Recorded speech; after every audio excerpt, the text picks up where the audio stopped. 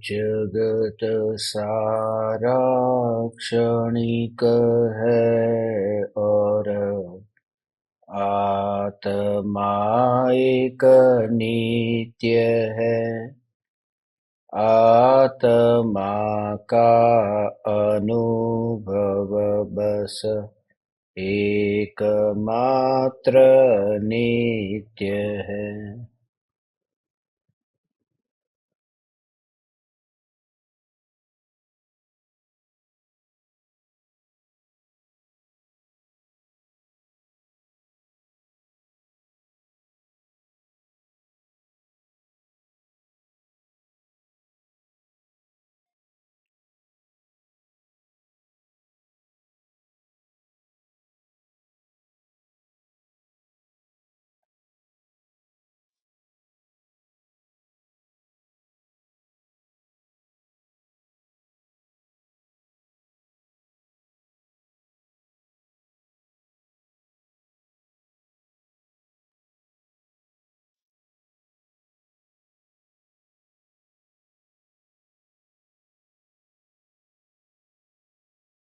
चैतन्य स्वभावी भगवान आत्मा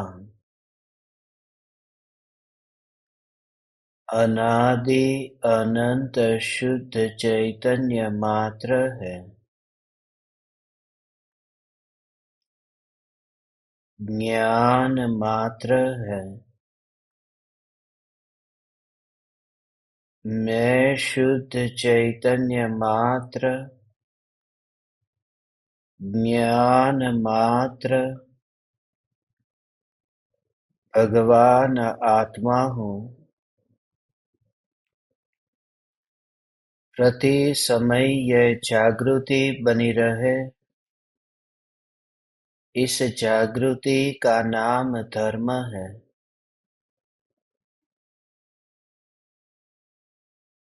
देह की प्रत्येक क्रिया के काल में और विकल्पों के बहते प्रवाह के काल में ज्ञान के प्रवाह को अत्यंत दूर देखना और ज्ञान में ज्ञान की अनुभूति होना, यही धर्म का मर्म है। इस मर्म को समझे बिना ही अनादि काल से इस राख की दीवार के पड़ोस में निरंतर नित्य परिभ्रमण हो रहा है। निश्चय से मैं शुद्ध हूँ और व्यवहार से मैं अशुद्ध हूँ। ये दोनों कथन सत्य है, मगर वस्तु स्वरूप दोनों नयों से पार नयातिक्रांत है। निश्चय नई से मैं शुद्ध हूँ और व्यवहार नई से मैं अशुद्ध हूँ। वास्तव में मैं नई से शुद्ध भी नहीं हूँ और नई से अशुद्ध भी नहीं हूँ, क्योंकि जो सत्ता है वह सत्ता को देखो, सत्ता को सत्ता के स्वभाव से देखो, तो उस सत्ता में न निश्चय नहीं है न व्यवहार नहीं है। वस्तु जो है, उस वस्तु को जानने वाली अवस्था की दृष्टि से ये भेद हो सकता है, मगर वस्तु की सत्ता में कोई भेद नहीं है। इस सत्ता मात्र चैतन्य तत्व की अनुभूति ही आत्मानुभूति है। जैसे मैं अभी यहाँ बैठा हूँ, तो जो बाई दिशा में बैठा है उस बाई दिशा वाले को पूछे कि मैं कहाँ हूँ, तो वो कहेगा कि दाई दिशा में हूँ।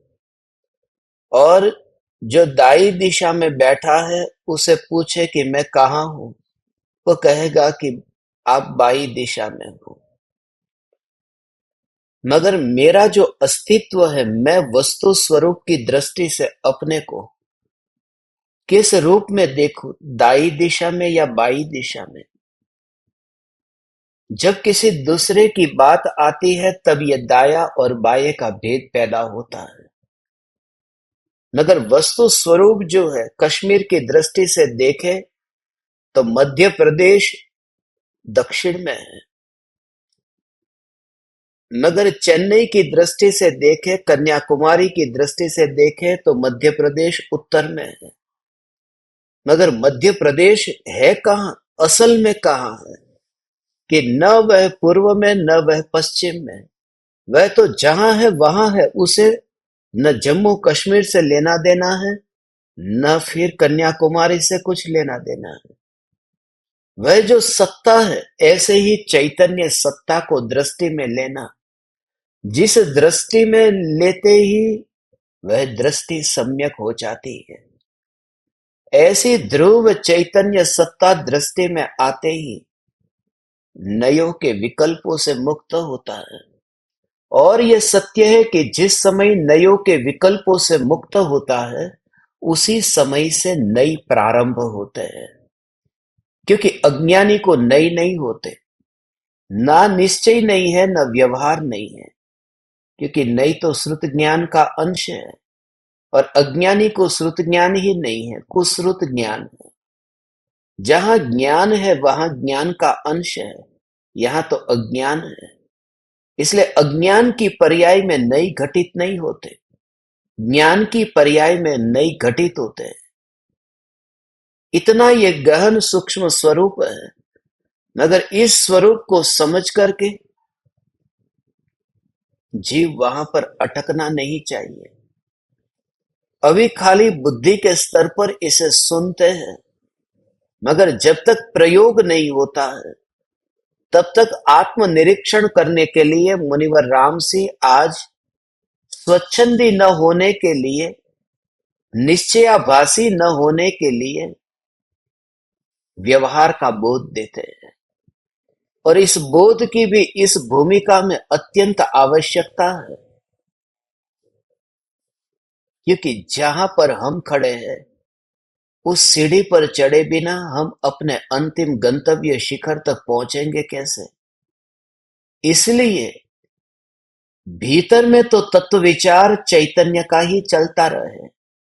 भीतर में भेद ज्ञान तो भगवान आत्मा और रागादि भावों के बीच में चलता रहे। मगर उन वृत्तियों का निरीक्षण भी हो, जिससे पता चलेगा कि तत्व विचार और तत्व चिंतन जो चल रहा है, उस चिंतन का परिणाम मिल रहा है या नहीं। बाहर में पुरुषार्थ नहीं करना है। जैसे विषय के भोग के बारे में कल कहा था, जो भी पंचेंद्रिय के विषय के भोगों को भोगने का भाव आत्मा में उत्पन्न होता है, उन भावों की उत्पत्ति एक तो शरीर की स्थिति के कारण हुई है, या फिर अंदर की मलिन वृत्ति का जोर ज्यादा है। जैसे कि भूख लगी है, रहा नहीं जा रहा और खाना खाया। और दूसरा कि भूख लगी ही नहीं है, फिर भी दिन में 3 बार भोजन करना है, इसलिए मैं भोजन करता हूं। भूख का विचार ही नहीं आता। ऐसे ही बहुत से विषय के भोग इस प्रकार के हैं कि जहां पर हमें इच्छा नहीं है, मगर फिर भी वो आदत के वश होकर के भोगों में संलग्न होते हैं। तो सबसे पहले जो आदती विकार है, उन विकारों से छुटकारा हो। और वह आदती इसलिए है क्योंकि बेहोशी है। इसलिए सबसे पहले जागृति प्रकट होते ही उन विकृतियों से छुटकारा होता है। कुछ कारण नहीं था, शांति से बैठे थे कि भाव आया, लाओ बहुत दिन से उस मित्र को फोन नहीं लगाया, फोन करके पूछ लेते हैं क्या चल रहा है, कैसा है। और फिर ये लंबी चर्चा चली। जरूरत कुछ भी नहीं थी, मगर रिश्ता रखना है हमें। रिश्ता रखने के लिए, समाज में रहने के लिए ये करना जरूरी है। और इस प्रकार से ही व्यवहार करते करते करते इतना फिसल जाता है कि भेद ज्ञान तो एक और रह जाता है।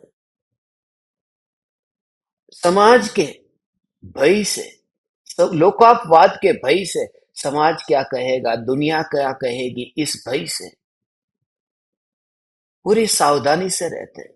वहां पर भेद ज्ञान की बात नहीं करते। जैसे किसी के वहां पर शादी है, शादी में बुलाया है, तो हम जाते हैं शादी में कैसे भी करके। अब नजदीक के रिश्तेदार हो तो पति कहेगा मैं नहीं आ सकूंगा, मेरा बहुत खास काम है दुकान पर, ऑफिस में।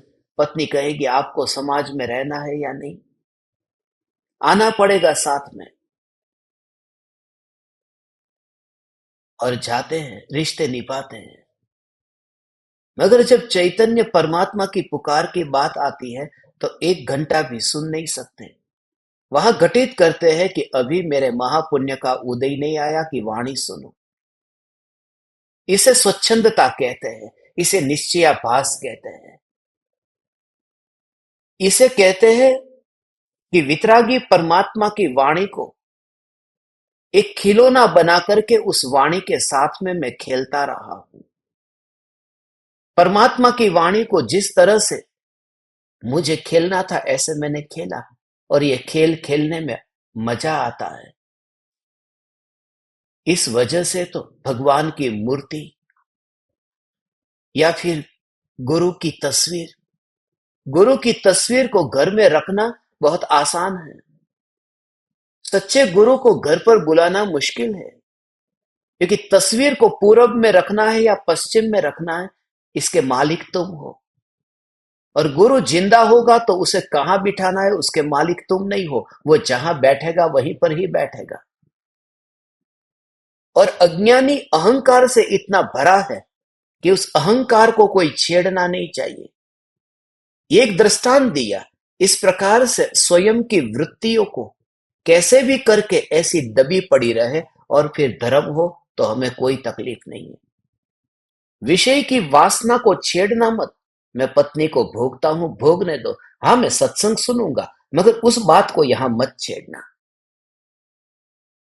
मुझे यदि मीठा खाना पसंद है, मुझे यदि चटपटा तीखा खाना पसंद है, यदि ये पसंद है, उस बात को मत छेड़ना। भेद ज्ञान की बात करो, आत्मा की बात करो, न्यायक देव की बात करो। मैं बैठने को तैयार हूं। और इसी प्रकार से पूज्य गुरुदेव श्री कांजी स्वामी की चैतन्य चैतन्य चैतन्य की पुकार सुन करके हमारा ये हाल बहुत खतरनाक हुआ। इस हाल के कारण ही कहीं ना कहीं समाज में तो बदनामी हो ही रही है, मगर भीतर में भी स्वरूप की अनुभूति से वंचित हो रहे हैं, और किसी और को नहीं अपने को ही धोखा देते हैं।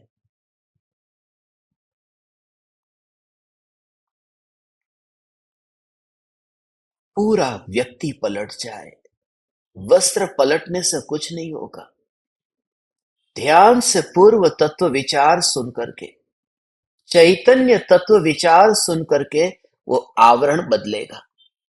मगर भीतर में जो वृत्ति जो मलिन है, उस मलिन वृत्ति का क्या होगा? उन मलिन वृत्तियों का निराकरण कैसे करेंगे? इसलिए तत्व विचार करते करते जब भी उन विकल्पों की ओर ध्यान जाए, उन विकल्पों में ही ये तत्व विचार को अंतर में घटित करना है। उन विकल्पों को वहां पर घटित करना। इसलिए प्रयोग की बात पिछले 2 दिन से हम कर रहे हैं। आज रात को, शाम को, और विशेष रूप से इसी तरंग के ध्यान के प्रयोग पर एक खास प्रयोग ही रखा है, सत्संग नहीं है,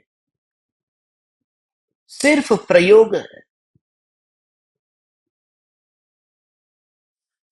और आप परमात्मा यदि इस ज्ञान के स्वरूप को ज्ञान में रह करके ही ज्ञान रूप परिणमित होते हुए जानना जानना जानना, इस रूप ही परिणमित होते हुए ज्ञान का ही यहाँ पर सत्ता स्वरूप अनुभव करेंगे, तो जितने भी विकल्प है, जितने भी विकार है, उस विकार के स्वरूप को भी स्पष्ट समझ पाएंगे।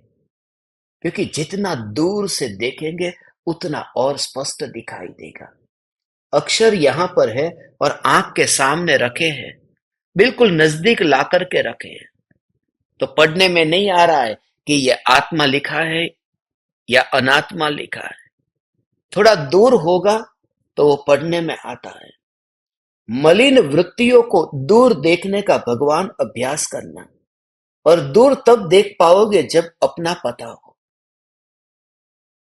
पड़ोसी के घर को दूर देखना, मगर तुम्हें यह तो पता हो कि मेरा घर कहां तक है। जब मेरा घर कहां तक है वह पता चलेगा तो पड़ोसी का घर दूर देख पाओगे। ऐसे ही ज्ञान ज्ञान ज्ञान ज्ञान ज्ञान ज्ञान की अनुभूति से तुम उन विकल्पों को ज्ञान से दूर देख सकोगे। अनंत विकृतियों को एक थैले में बंद करके तुमने साइड में रख दिया। वह मेरा नहीं, वह मेरा नहीं। जैसे तुम्हें पता है वह सामान मेरा नहीं, पूरा का पूरा, कि बस घर में भी सामान पड़ा है मगर मेहमान की बैग जैसे पड़ी हो, कि वो मेरी नहीं है। सामान तुम्हारे घर में ही है मगर समझ कितनी है कि उसका मालिक मैं नहीं हूं, उसे छूने का अधिकार मेरा नहीं है, उसका कर्तृत्व मेरा नहीं है, उसका भोगता भी मैं नहीं हूं, वह किसी और की है और अभी यहां पर पड़ी हुई है। बस उस बैग के अंदर जो कुछ भी है वह सब मेरा नहीं, और उसमें बहुत कुछ हो सकता है। खाना पीना हो सकता है, कपड़े हो सकते हैं, उस बैग में बहुत कुछ हो सकता है। उस बैग में शास्त्र भी हो सकते हैं, मगर वो जो कुछ भी भरा है वह मेरा नहीं है। बैग पड़ी है और तू देखता है उस बैग को, है तेरे पास में मगर तू दूर देख पाता है भगवान। ऐसे ही पहली बात तो ये कि सारा ढेर एक बैग में भरा है, उसमें सब कुछ है, सब कुछ है। उसमें इंद्रियों के विषय के भोग के खाने पीने का सामान भी है, उसमें देह रूपी वस्त्र भी है, उसमें क्षयोपशम ज्ञान के शास्त्र भी है। ये सब ढेर एक साथ में पड़ा है। और जैसे तू उस बैग को देखता है कि ये मेहमान के घर में है, ये मेहमान की बैग है, ये मेरी नहीं है, ऐसे ही इन सब को एक श्रेणी में डाल करके फिर तू देखता है कि ज्ञान के घर में ये विकार नहीं है। अज्ञानी को लगता है ये अनुभूति क्यों नहीं होती, और ज्ञानी कहते हैं अनादिकाल से छूटी नहीं है, इसका स्वीकार तुझे क्यों नहीं हो पाता। अज्ञानी को यही शंका रहती, अनुभव कैसे करूं, कैसे करूं, कैसे करूं। और ज्ञानी कहते हैं छूटा कब है, अभी भी तुझे हो रहा है।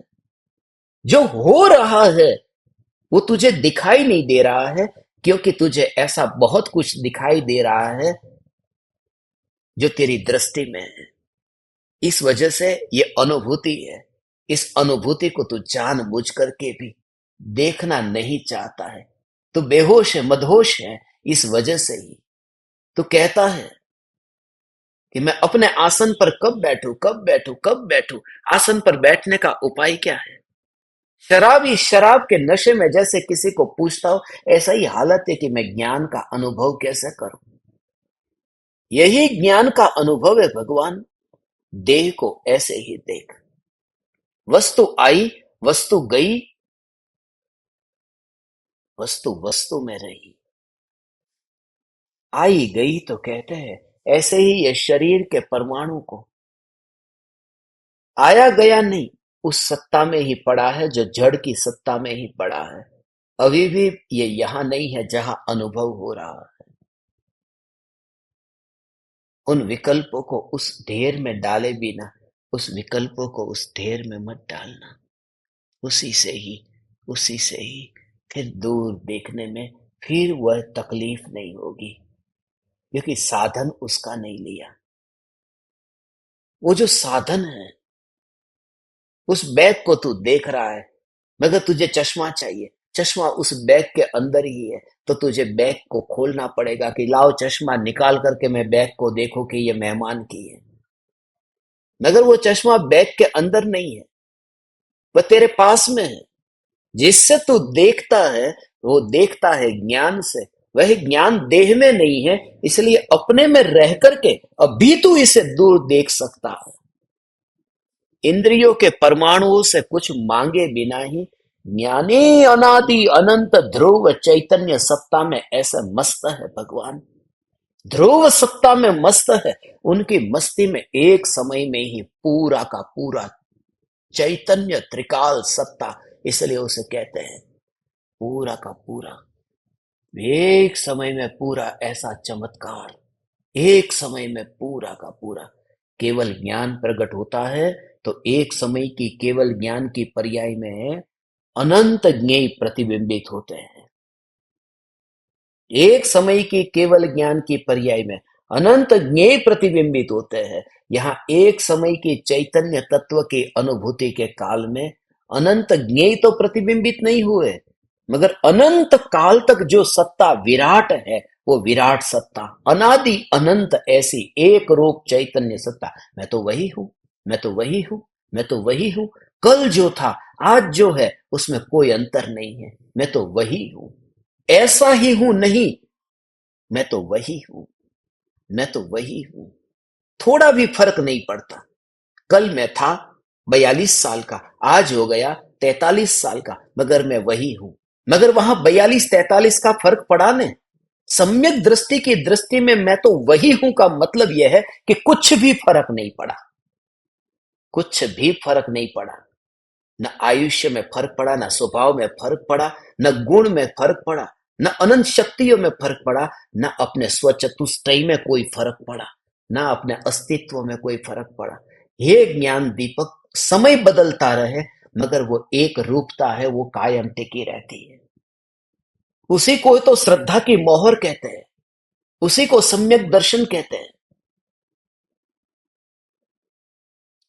इस पुरुषार्थ से देह की क्रिया में उपयोग का जाना हुआ ही नहीं है, और जो उपयोग देह की क्रिया में गया नहीं है उसे भोगना नहीं है, क्योंकि ज्ञान का भोग हो रहा है। जो व्यस्त है ज्ञान के उपभोग में व्यस्त है, वह देह को क्यों भोगेगा।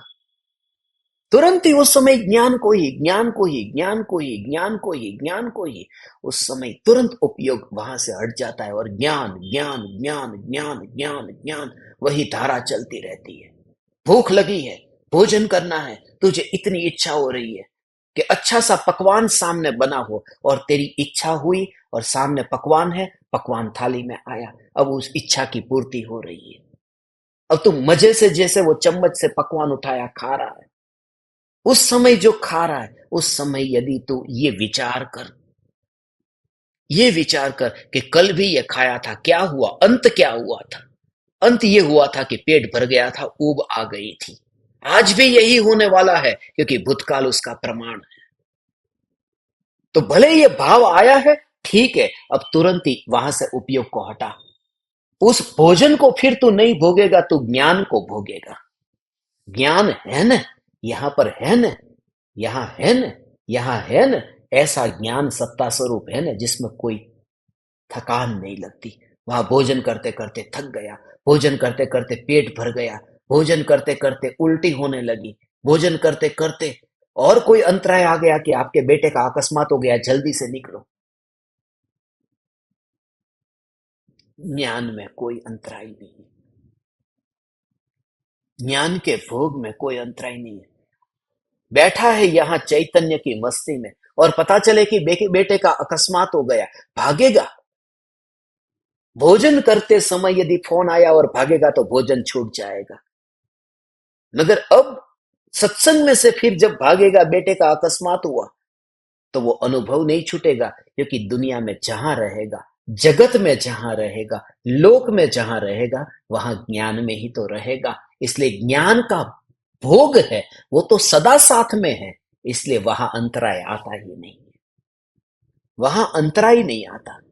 हे चैतन्य परमात्मा, बाहर के विषयों में तो अंतराय आएगा ही आएगा,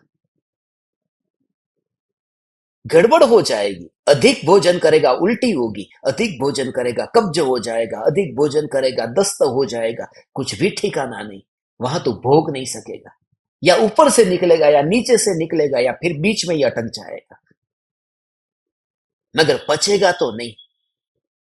थोड़ा सा ज्यादा हो गया और पचा नहीं। यहां ज्यादा चैतन्य चैतन्य चैतन्य तत्व विचार होता है और उतना ही पचता है, कि वह निर्विकल्प हो जाता है। क्योंकि स्वभाव है न, भोग कभी हमेशा पच ही नहीं सकता।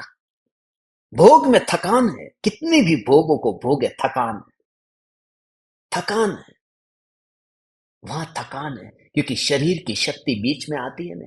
पत्नी को भोगेगा, थकान लगेगी।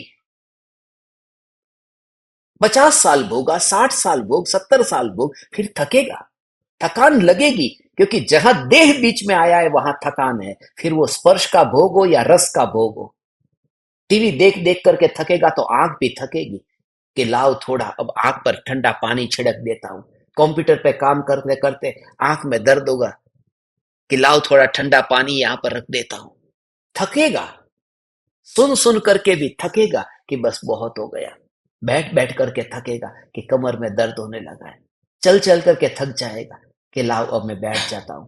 ये जो क्रिया जो होती है उस क्रिया में थकान लगती है, जो कि देह बीच में आता है, जिसका स्वभाव थक जाना है, जिसके स्वभाव में ही ये है। इसलिए आत्मा का जो ज्ञान का भोग है उसमें थकान नहीं है, जो कि देह बीच में आता नहीं है। जानना जानना जानना जानना जानना होता है। वह खिलौने से खेलना अब बंद कर देता है। अब वो बच्चा नहीं रहा। हे ज्ञान दीपक, खिलौने से खेलना बंद कर। बंद कर का अर्थ है, ये जब भोजन करने की इच्छा हुई और तूने जीत पकड़ी कि मुझे पकवान चाहिए, ये बच्चे जैसा खेल है। जैसा बच्चा कहता है ना, जैसे बच्चा कहता है कि मुझे बस गाड़ी चाहिए, मुझे तो ये अच्छे कपड़े चाहिए, मेरे फ्रेंड के पास में ये है, मुझे ये क्यों नहीं ले देते। ये बच्चे की जैसे जिद है। हमारी जिद में और बच्चे की जिद में कुछ खास अंतर नहीं है। हम भी बच्चे ही है। अब बच्चे कब तक बने रहेंगे? अब खिलौने से खेलना बंद हो, अब प्रौढ़ हो। और प्रौढ़ता इसी में है कि अब हम देह को नहीं, ज्ञान ज्ञान ज्ञान ज्ञान ज्ञान ज्ञान ज्ञान, जो देह है उस देह को भी हम भोगते नहीं है। वो उसका काम करता है मगर वो भोगता नहीं है। वो उसका काम करता है, वो भोगता नहीं है। ये देह बोलता है मगर ज्ञान भोगता नहीं है। और स्पर्शना ज्ञान की बनी रहती है, देह तो बोलता रहता है। तुम स्पीच देते हो, तुम स्पीच सुनते हो, देह तो है, वह देह तो देह का काम करता है, उसे तू भोगता नहीं है। बस तुझे वहां पता नहीं वहां क्या चल रहा है, तेरा ध्यान वहां नहीं है। पंखा ऊपर घूम रहा है मगर तू नींद में चला गया है। वहां 3 पंख वाला है या 5 पंख वाला है या 4 पंख वाला है, कोई लेना देना नहीं है। वो घूमता तो रहता है मगर तू जहां पर है वहां पर पंखा नहीं है। ऐसे ही देह की क्रिया चलेगी, देह की क्रिया चलेगी, मगर उस क्रिया के काल में तू वहां नहीं है। तेरा अंदर से न्यायक के प्रति अहोभाव ऐसा होगा। भगवान, हे चैतन्य परमात्मा, देह की क्रिया धर्म नहीं है, देह की क्रिया अधर्म नहीं है, मगर मलिन वृत्तियां जो उत्पन्न हो रही है वह अधर्म है। और उन मलिन वृत्तियों से छूटना, उसके लिए तू स्वच्छंदी होकर के इस तरह से घटित मत करना कि मैं क्या करूं। और घटित करता है तो देखना कि सभी में घटित करता है या फिर जहां पर मन जैसा लगे ऐसे घटित करता है। कोई ही विरला है जो इस भाव को समझता है। आहार जो है, शरीर को जितनी जरूरत हो उतना ही आहार दे। ज्यादा किया गया आहार बीमारी लाता है, विकृति लाता है। जो भी शरीर में ज्यादा जाएगा वो विकृति लाएगा।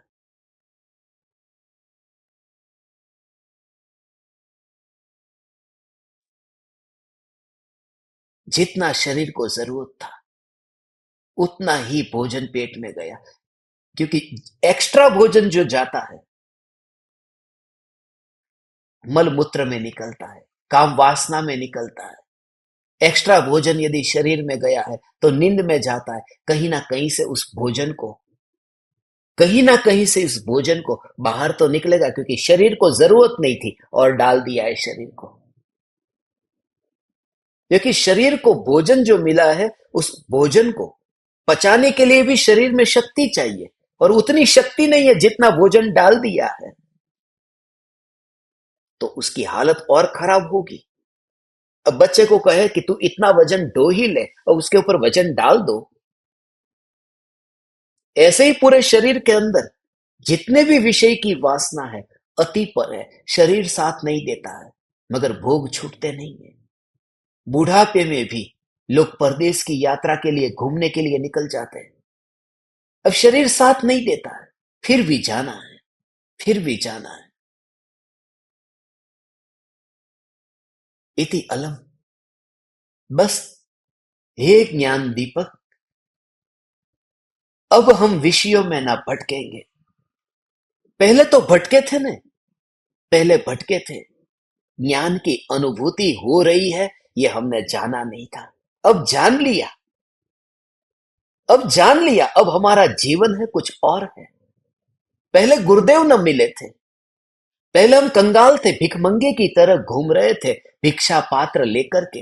ये पांच इंद्रिय के परमाणुओं का ही तो भिक्षा पात्र था। कभी ये लगा था कि ये भिक्षा पात्र है?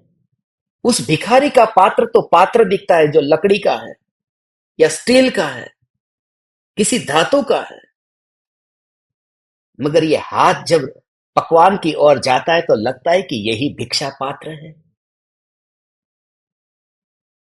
उसका भिखमंगापन हमें दिखाई देता है, क्योंकि सब लोग ऐसी भीख नहीं मांगते जैसी भीख वो लकड़ी का कटोरा लेकर के मांगता है। मगर जो हाथ से, वह तो सब लोग करते, इसलिए कौन किसको भिखारी कहे? यहां सब भिखारी फिर। इसलिए जो सब में समान है वो हमें दोष नहीं दिखता, वहां नीचापन नहीं लगता। हमें अहोभाव भी उसका ही आता है जो सबके पास ना हो। जैसे मेरे पास में आंख है, आपके पास में आंख है, हम सभी के पास में आंख है, तो उसकी महिमा नहीं आती। मगर मेरे पास में हीरा है, वो आपके पास में नहीं है, तो हीरे की महिमा आती है। अब हीरे से कई गुनी मूल्यवान तो आंख थी, मगर आंख की महिमा ही नहीं आई। किसी को बताने का भाव आता है कि देख मेरे पास आंख है। हमें वही वस्तु दूसरे को दिखाने का भाव आता है जो मेरे पास है और दूसरे के पास में नहीं है, क्योंकि उससे अहंकार का पोषण होता है, उससे ही छोटे बड़े का भेद होता है, उससे ही वासना की पूर्ति होती है। हे ज्ञान दीपक, मुनिवर रामसी कहते हैं, तू स्वच्छंदी हुए बिना अब विषय के भोगों में तू जैसा तेरा मन में आता है ऐसे घटित मत कर। दोहे को पढ़ते हैं और वासना से मुक्त होने के लिए आज रात्रि में प्रयोग तो करेंगे ही, मगर उसकी नींव अभी डाल देंगे। 63वां दोहा है।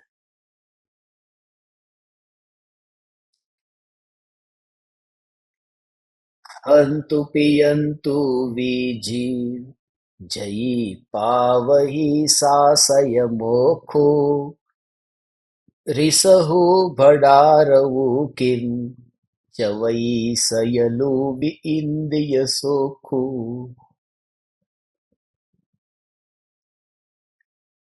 अरे जीव, यदि तू खाता पीता हुआ भी शाश्वत मोक्ष को पा जाए, तो भट्टारक ऋषभ देव ने सकल इंद्रिय सुखों को क्यों त्यागा?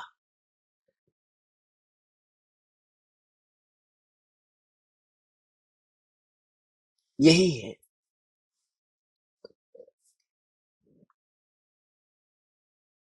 सार यह है कि खाते पीते मोक्ष नहीं हो सकता, तो खाते पीते हुए मोक्ष पाना चाहता है। और यह उपदेश मीठा भी लगता है, मीठा लगता है। वृत्तियों को देखने कोई चाहता नहीं है, वाचा ज्ञान दिखाई देता है। इसलिए दुनिया को वाचा ज्ञान दिखाई देता है, वह देख करके ही वहां सम्मान मिलता है। जो दिखाई देता है उसी से ही तो आदर मिलेगा नहीं।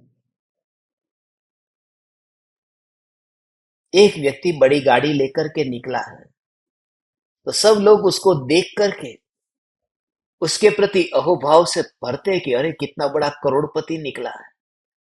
तो ये जो अहोभाव सभी को आ रहा है, ये अहोभाव किसका है? कि अरे इतनी बड़ी गाड़ी है उसके पास में, ये दिखाई देती है। मगर कितने लोगों का दिवाला उसने निकाला है। बैंक की लोन उसने उठा के रखी है, पैसा नहीं चुका रहा है। कितने लोगों से ब्याज पे पैसे लेकर के बैठ गया है, उधार पैसे लोगों के चुका नहीं रहा। ये दुनिया को नहीं दिखाई देता, सिर्फ गाड़ी दिखाई देती है। जो दिखाई देता है उससे आदर मिलता है, जो नहीं दिखाई देता उससे आदर कैसे मिलेगा लोक में? अब पंडित क्या करता है? पंडित करता है ये कि चैतन्य चैतन्य चैतन्य चैतन्य ऐसा करते हुए रटने लगता है। तो दुनिया को दिखाई देता है कि ये तो आत्मा, चैतन्य, भगवान आत्मा, शुद्धात्मा ये बोलता है। और दुनिया को क्या नहीं दिखाई देता? अंदर का मोह का भाव नहीं दिखाई देता। इस वजह से दुनिया उनके चरणों में झुक जाती है। हे ज्ञान दीपक, इस प्रकार से अनंत भव हमारे व्यर्थ में बिगड़े। इसलिए बाहर के वचन मात्र से ही किसी को ज्ञानी के रूप में मत देखना, उसे यहां घटित करना। तेरे पास में दृष्टि होगी तो तू जैसे देह को दूर देखता है, ऐसे ही तुझे सामने वाला जीव भी ये दिखाई देगा। सम्यक दृष्टि ज्ञानी धर्मात्मा है तो देह के पड़ोस में रहता है, ऐसा तू देख पाएगा।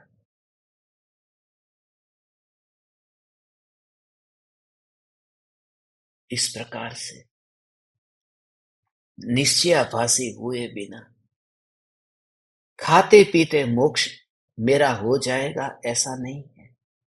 भोगों को भोग, भोगों को भोग। वृत्तियों का दमन मत कर, सप्रेस मत कर। वृत्तियों को दबाने से क्या होता है?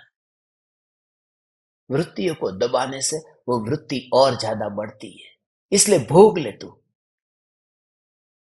ऐसे ही तो संभोग से समाधि हो जाएगी तेरी।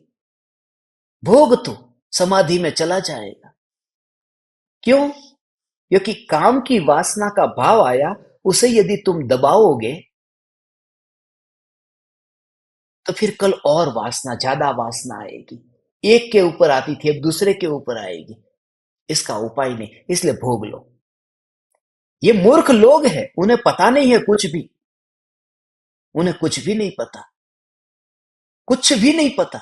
उन्हें इतना पता है कि इस प्रकार से धर्म की निरूपणा करे तो लोग इकट्ठे हो जाएंगे, क्योंकि लोगों को भोगना है और यहां पर भोग भी मिलेगा और धर्म का धर्म भी। और उसके कारण मैं आपको बताऊं, कारण यह है सबसे बड़ा कि यदि आत्मा में काम वासना का भाव उत्पन्न हुआ है, उसे न भोग करके उस वासना को दबाने से कल वह वासना फिर उठेगी। इसलिए भोग ले। तो जैसे कुशील सेवन करने का भाव आया और उसे दबाना मत, उसे कर दे, तू एक्शन में ला दे। सप्रेस कब तक करेगा? एक्शन में ला दे। तो फिर तेरे अंदर कभी भाव हुआ कि मुझे उसे मार डालना है, सीधा रिवॉल्वर लेके फिर मार भी डाल, क्योंकि सप्रेस मत कर। फिर तुझे कभी किसी को भाव आया कि तलवार से मार के काट देना है, फिर तू तलवार से उसको काट दे।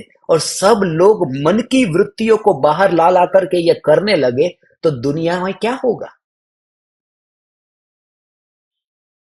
इसलिए यह कहा, तीर्थंकर परमात्माओं ने ये नहीं कहा कि संभोग कर तुझे समाधि हो जाएगी। ये कहा संभोग से जब तेरा उपयोग हट जाएगा और ज्ञान का भोग होगा तब समाधि होगी।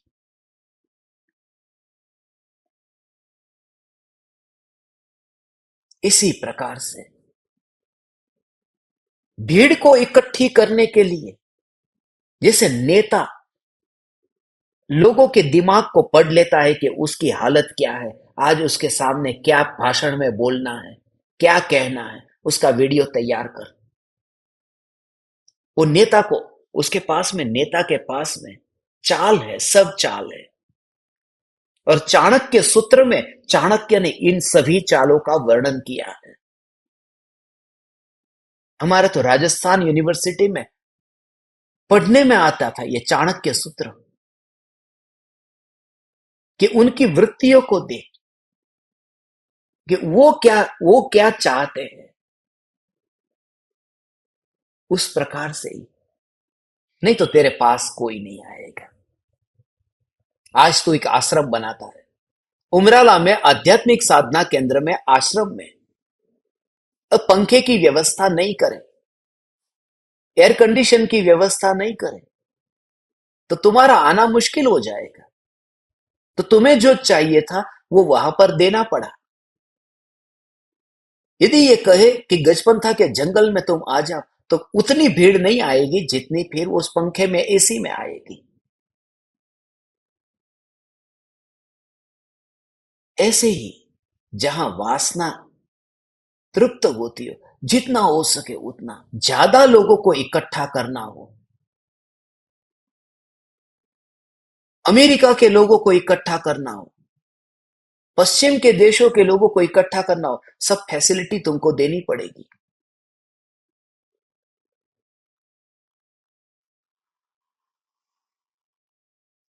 मनुष्य का जीवन जो है, वो मनुष्य का जीवन है। वो मनुष्य की तरह न जिए और जानवर की तरह जिए, और वह भी धर्म का नाम लेकर के, कि तुम किसी भी स्त्री के साथ में भोगों को भोग सकते हो।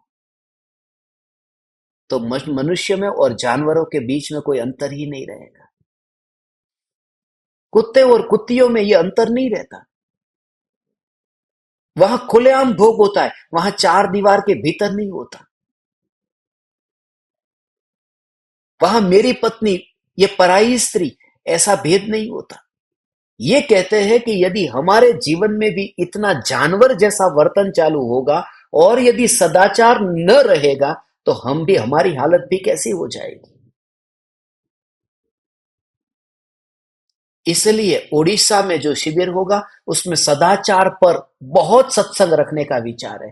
पूरा सदाचार पर, कि हमने ये चैतन्य परमात्मा की पुकार सुनी है, मगर फिर भी अनुभूति नहीं हो रही है, तो वृत्तियां कहां पर अटकी हुई है।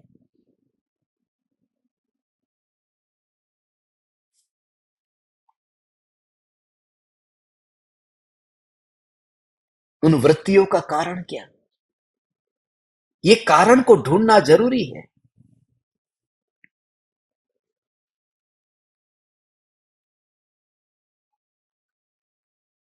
कल का दिन खास दिन था एड्स वालों के लिए, एचआईवी वालों के लिए। कल इंटरनेशनल डे था एड्स का। जैसे मदर्स डे होता है, फादर्स डे होता है, वैलेंटाइंस डे होता है, ऐसे ही कल एड्स का दिन था। तो डॉक्टर साहब ने मुझे एक प्रश्न पूछा, क्योंकि वो डॉक्टर है। पूरे महाराष्ट्र में ही नहीं, पूरे भारत में ऐसे डॉक्टर नहीं मिलते। बहुत, उनकी पदवी इतनी ऊंची है, और एड्स के स्पेशलिस्ट है। तो उन्होंने मुझे प्रश्न पूछा कि एड्स का कारण जो है, वो तो मेरी समझ में आ गया है कि क्या होता है। कि एक पुरुष यदि ज्यादा साथियों के साथ में भोग भोगेगा, तो एड्स होता है। तो वो कारण तो पता चला, मगर उसका कारण का कारण क्या है, वो पता नहीं चल रहा है। तो उस प्रश्न को पूछने के लिए मैं आपके पास आया हूं।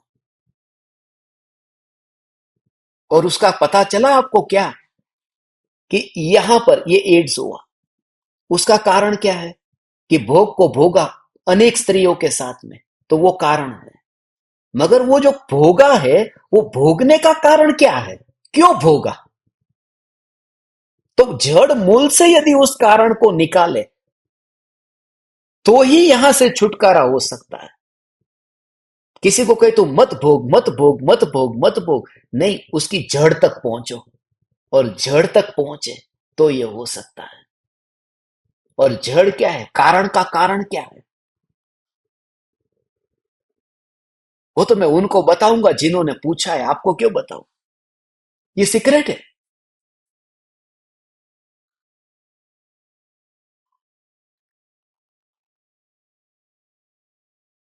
जानवर और मनुष्य के अंदर में अंतर नहीं रहता। अभी थोड़ी देर पहले ही मैंने उनसे कहा, आपको पता है ये यदि ये नहीं होता तो, एड्स नहीं होता तो क्या होता, ये बीमारी नहीं होती तो क्या होता, कि मनुष्य है ना, वो मनुष्य है, वो जानवर जैसा हो जाता। जानवरों में ये भेद नहीं होता है, अपनी स्त्री पराई स्त्री, ऐसा भेद नहीं होता है। जानवर जैसा हो जाएगा। और प्रकृति, नेचर ये कहता है, हे मनुष्य, तुझे ये मनुष्य का भव मिला है, तो इस रूप में ही तुझे जीवन जीना होगा। तेरे मनुष्य पने को तू सार्थक कर। तुझे जानवर में से बाहर निकाला है ना, और यहां आकर के भी यदि तू वो काम करेगा तो उसका फल तुझे भोगना पड़ेगा। फिर ये बीमारी भी होगी, तड़प तड़प करके मरेगा, उसका कोई इलाज अभी तक निकला नहीं है, खोजा नहीं गया। तो प्रकृति ही ये बीमारी पैदा करती है। ये नेचर में, ये प्रकृति की व्यवस्था ही ऐसी है।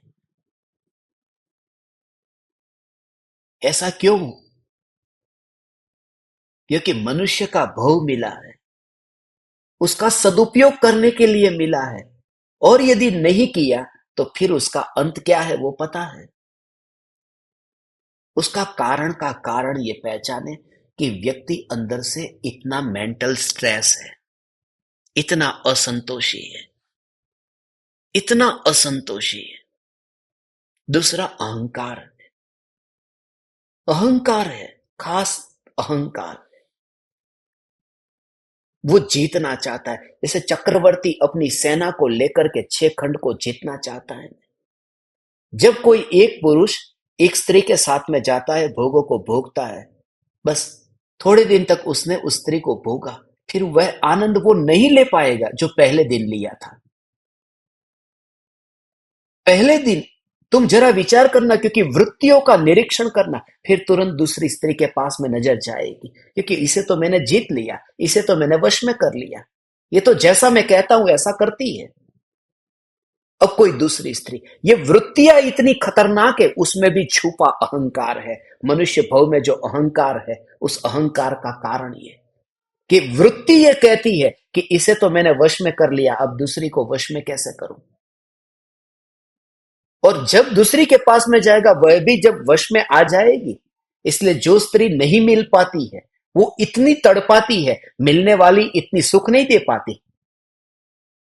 मिलने वाली इतनी सुख नहीं दे पाती, नहीं मिलने वाली तड़पाती ज्यादा है। क्योंकि अहंकार, ये मेरे में क्या कमी है। और उस वजह से ही जितनी कमाई करता है, उसमें मूल भाव, क्योंकि स्त्री है वो शक्ति को देखती है और पुरुष है वो सौंदर्य को देखता है। पुरुष को ये लेना देना नहीं है कि स्त्री की वो कितनी बॉक्सर है या उसके पास में कितने करोड़ रुपए हैं।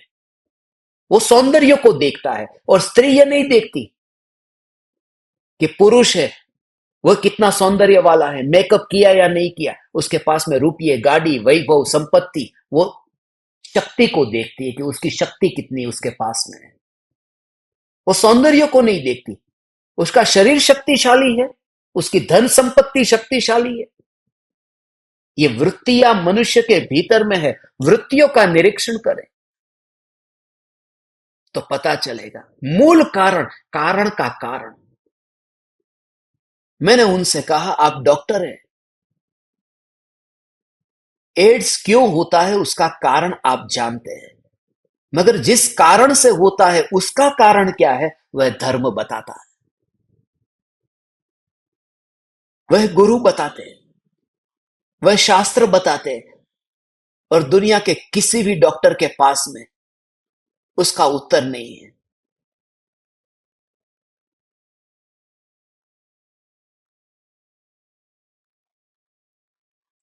इसके बारे में मुझे थोड़ा और स्पष्ट करने का भाव आया, क्योंकि आज का दिन भी उस पर है, और कल हमारा सत्संग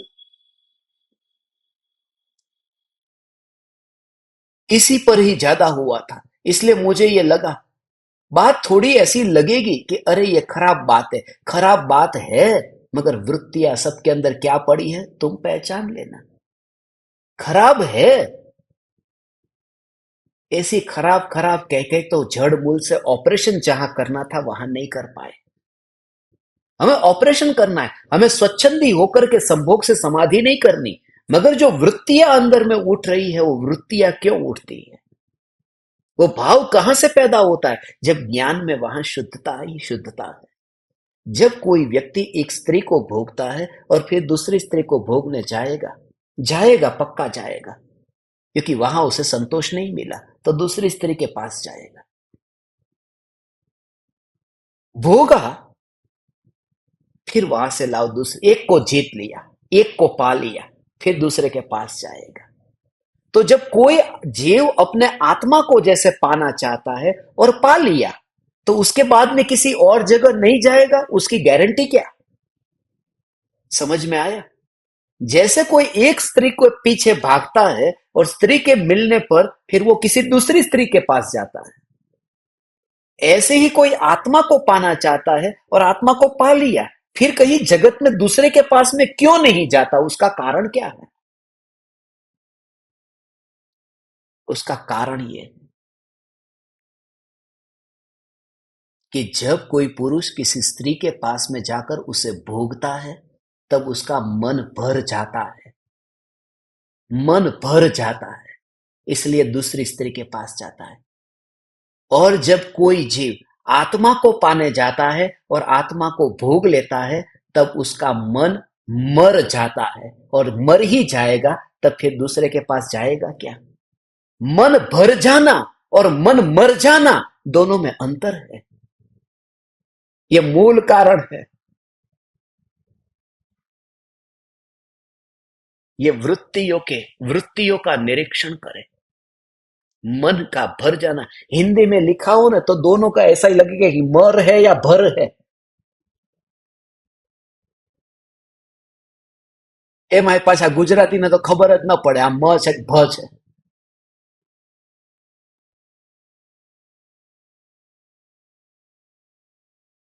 मन भर जाता है, तब भर जाता है, तब फिर वो छलांग लगाता है, फिर वो बाहर भागता है। गिलास भर जाता है तो फिर वो बाहर पानी निकलेगा, मगर गिलास ही नहीं रहा,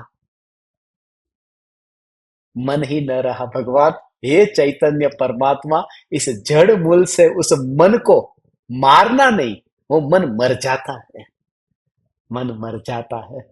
ओ हो। और जब मन भर जाता था ना तो क्या करता था कि अपनी स्त्री को छोड़ करके पराई स्त्री के पास जाता था। और मन जब मर जाता है तो अपनी को छोड़कर पराये के पास नहीं जाता, अपनी को छोड़ करके जंगल में जाता है।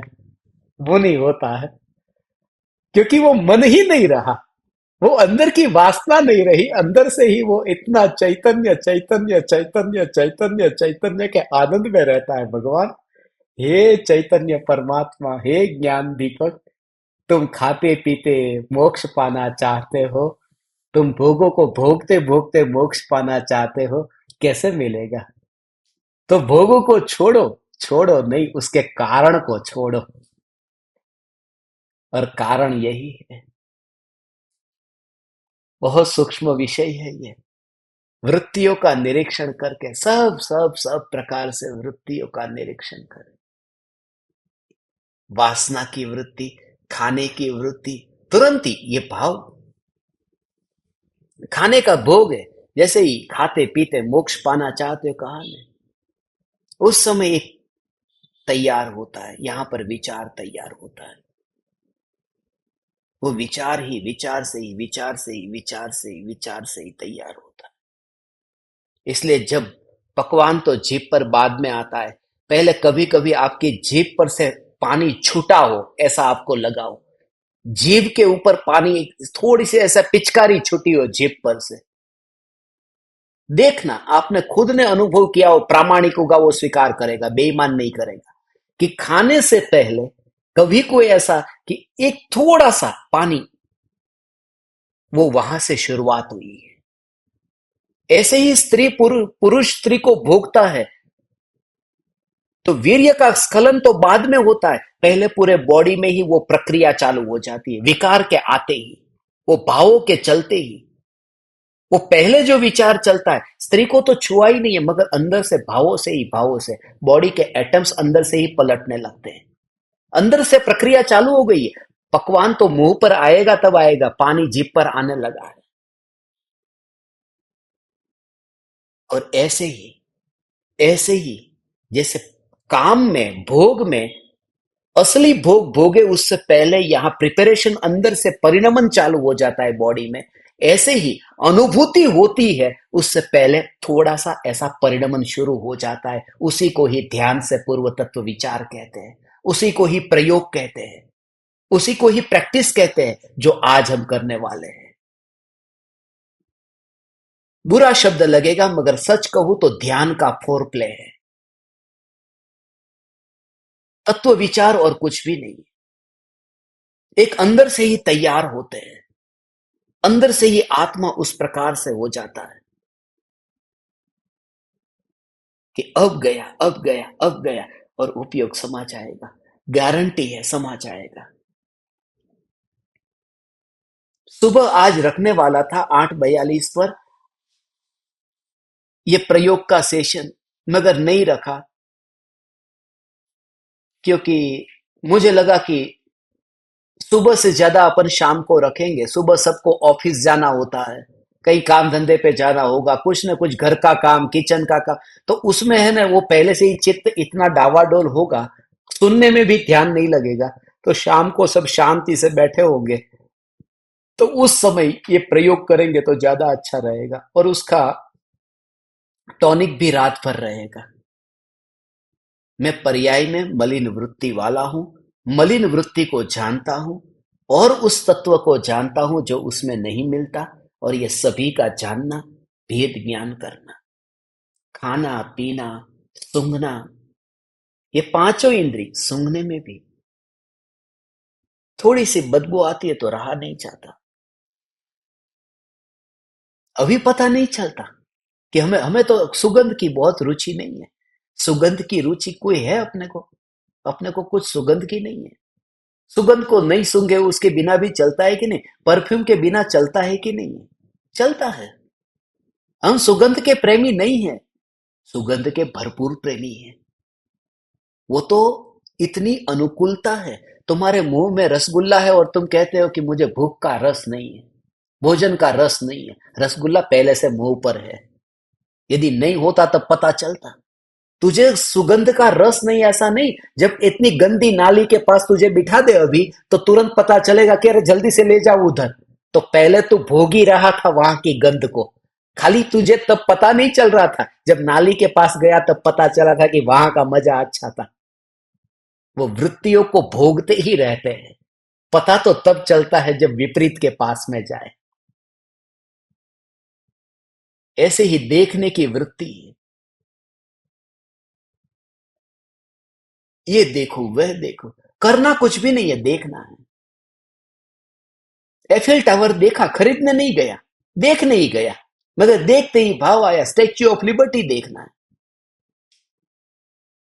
अब उसका भी मालिक बनने नहीं गया। ये देखने के ही तो रुपये चुकाते, कोई इन्हों को खरीदने थोड़ी जाता है, कोई देखने ही तो जाता है। देखने में मजा क्या आता है? देखने में मजा आता है क्योंकि स्वभाव देखने का है। स्वभाव है देखना, ये स्वभाव है।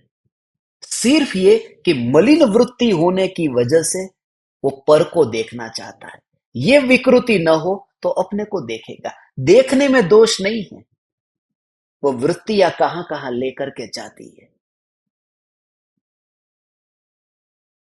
सुनने का भी लोभ है, ये ऐसे पता नहीं चलता। सुनने का लोभ है। आपने नया घर खरीदा हो और किसी ने कहा कि ठीक, आपने पूछा कैसा लग रहा है घर? हाँ ठीक है, ठीक है बोले, उसमें ये तो नहीं बोला ना कि बहुत खराब है, मगर बुरा लगता है। ऐसा क्योंकि सुनने की इच्छा थी, कि बहुत अच्छा है। आपने गाना गाया और पूछा कि मैंने जो गाया वो कैसा गाना था। हाँ ठीक है।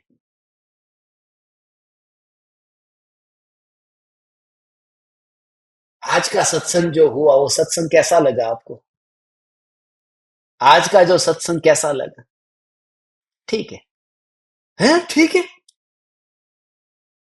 इतना अच्छा सत्संग हुआ, ऐसा कहो। वो मन बोलता नहीं है, मगर अंदर में सब खेल चलते रहते हैं।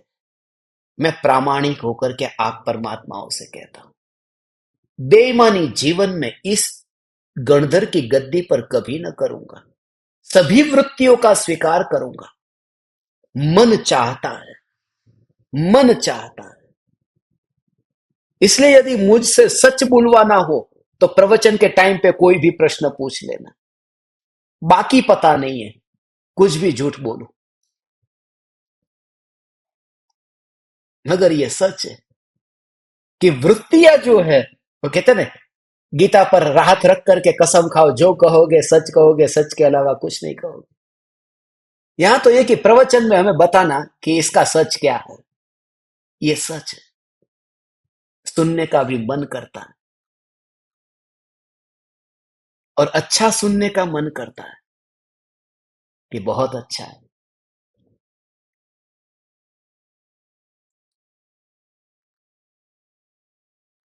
आप जैसे ज्ञान दीपक मुझे मिले,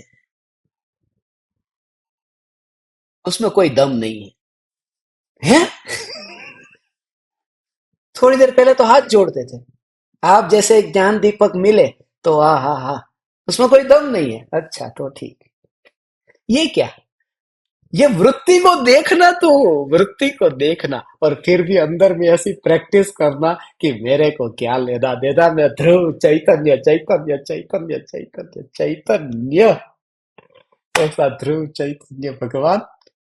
हे ज्ञान दीपक, हे चैतन्य परमात्मा, तीन लोक के किसी भी प्रदेश पर रह करके ऐसी चैतन्य की मस्ती हो।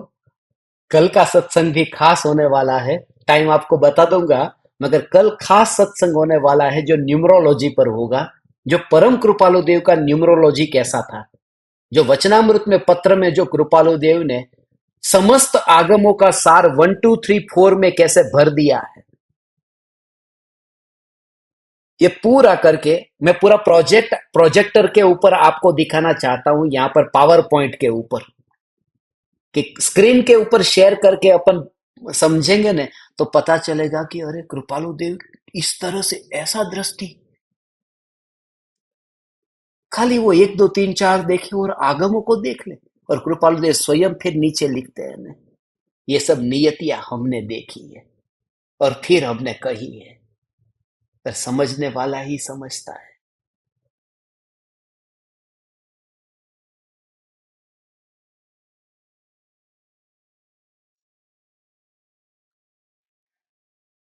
आप ज्ञान दीपकों के लिए भगवान यूट्यूब पर अपने चैनल पर 2 महीने के तो पूरे, इस महीने का दिसंबर महीने का सारा, जनवरी महीने का पूरा, और फरवरी महीने का पूरा सत्संग यूट्यूब पर आ चुका है। 29 फरवरी तक के प्रीमियर सेट हो चुके हैं। अब 1 मार्च से अभी बैठूंगा, और 1 मार्च से लेकर के आगे के जो है पूरा 2024 के प्रवचन यूट्यूब पर आ जाएंगे। 1:24 पर रोज आपको सुनना है। सब टाइम एडजस्ट कर लेना। 1 साल में तो पूरा का पूरा आपको बस 1:24 से लेकर के जो भी 1 घंटा आधा घंटा जो सत्संग चलेगा, उतना बैठ ही जाना है। और जहां पर भी अपना शिविर होगा उड़ीसा में, तो उन सभी के वहां पर भी 1:24 से लेकर के 2 2:30 बजे तक कोई कार्यक्रम नहीं रखेंगे अपन, जिससे सभी का वो नित्य क्रम कोई सुनता हो रेगुलर रूप से, तो उनको बाधा नहीं पहुंचेगी। इसके अलावा एक बात और कि उड़ीसा में और छत्तीसगढ़ में जो अगले महीने शिविर होने वाली है, उनमें जो उस शिविर में जो आने वाले साधक है, उनके लिए ही, सिर्फ उन लोगों के लिए ही एक व्हाट्सएप में ग्रुप तैयार हमने किया है। तो उस ग्रुप में आप जुड़ जाना, जिससे आपको रेगुलर जानकारी मिलती रहे शिविर के संबंध में, और कभी हमारी मीटिंग भी बुलाएंगे तो उसमें भी आपको तात्कालिक आने में सरलता और सुविधा रहे। आज शाम को 7:42 पर अपन रखेंगे, अभी ऐसा भाव आया है, तो 7:42 पर चलेगा ना? आपको ध्यान के प्रयोग पर अपन रखेंगे तो 7:42 को रखना है या फिर 10:42 को? 10 तो लेट हो जाएगा ना।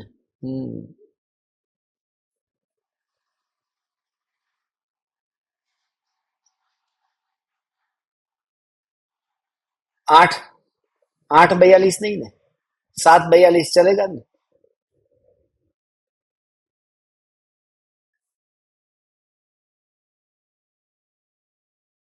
ये गुब्बारे मैं नहीं छोड़ता हूँ, ये पता नहीं सिस्टम में कैसे आ गया है। जब हाथ ऊंचा करता हूँ, ऐसा कुछ करता हूँ, तो कुछ पता नहीं गुब्बारे कहाँ से आते हैं। सिस्टम में मेरे को चेक करना पड़ेगा, सेटिंग कुछ हो गया है पता नहीं।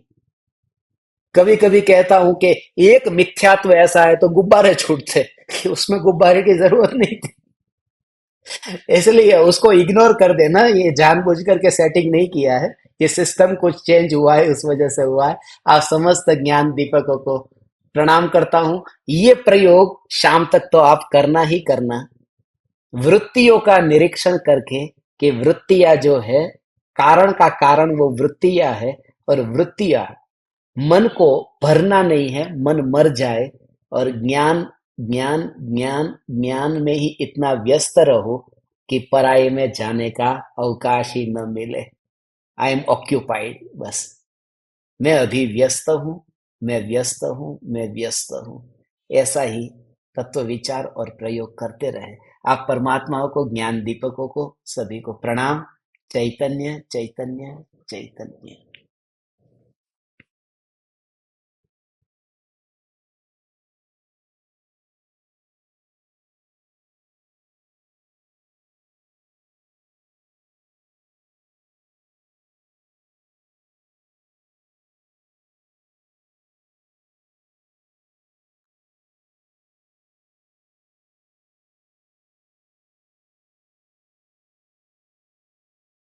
अहो अहो श्री सद्गुरु करुणा सिंधु अपार,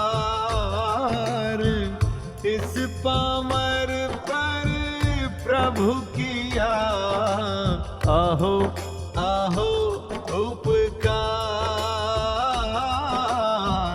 आहो आहो उपकार। देह सहित जिनकी दशा, वरते देहातीत, उन्हें